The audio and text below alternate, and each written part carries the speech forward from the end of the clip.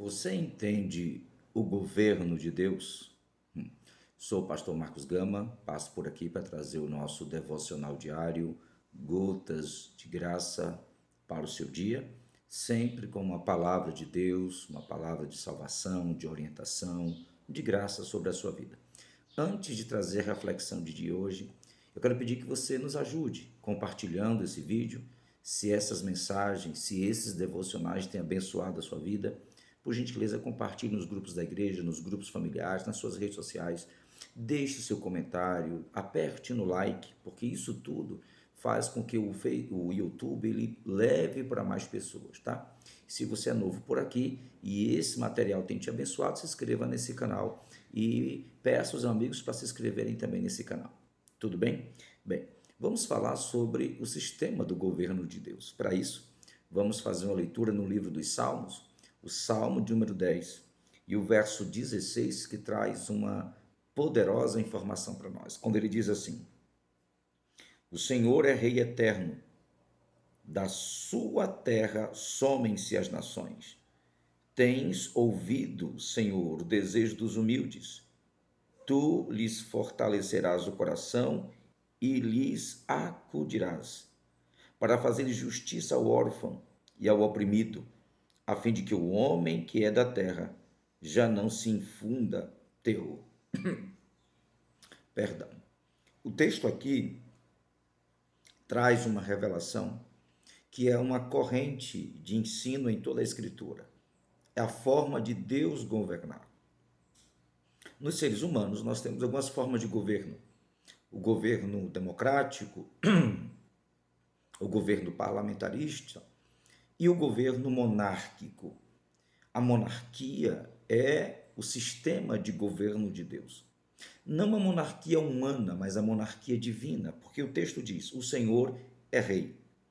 Como rei, cabe a ele as decisões, cabem a ele as deliberações e as leis que regem o seu país. Não é um governo democrático, onde o poder emana do povo, mas é teocrático, quando o poder emana de Deus.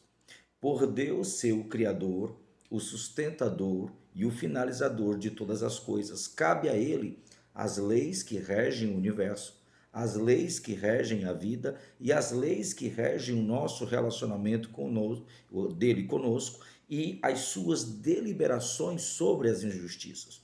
Nos versículos seguintes, nós vamos ver, ele diz o seguinte no próprio 16: Da terra somem-se as nações. O que ele está dizendo? Que as nações, com seus governos, com seus governantes, precisam se submeter ao rei, porque ele é eterno. O Senhor é rei eterno, da sua terra somem-se as nações.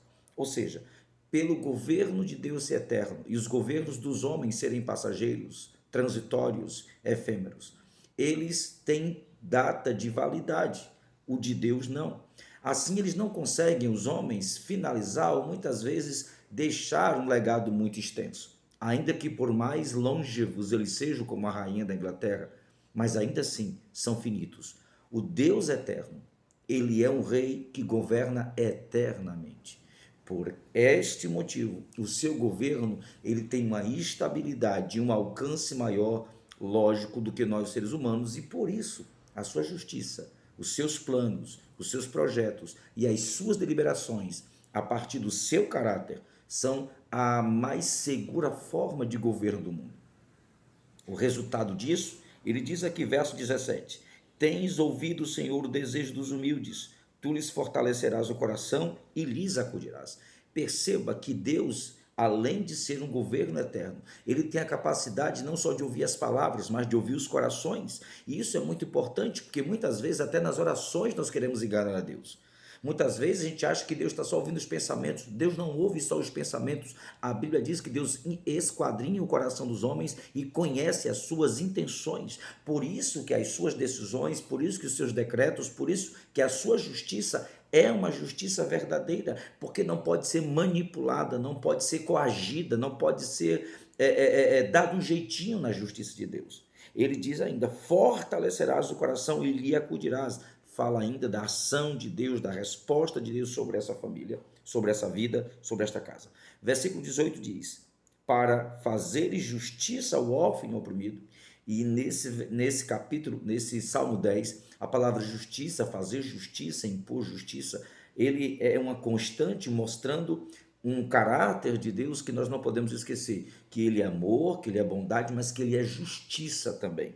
Para fazer justiça ao órfão e ao oprimido, vírgula, a fim de que o homem que é da terra, tudo isso que foi falado, a fim de que o homem que é da terra já não infunda em terror, já não acredite que tudo o que acontece aqui embaixo é desse jeito.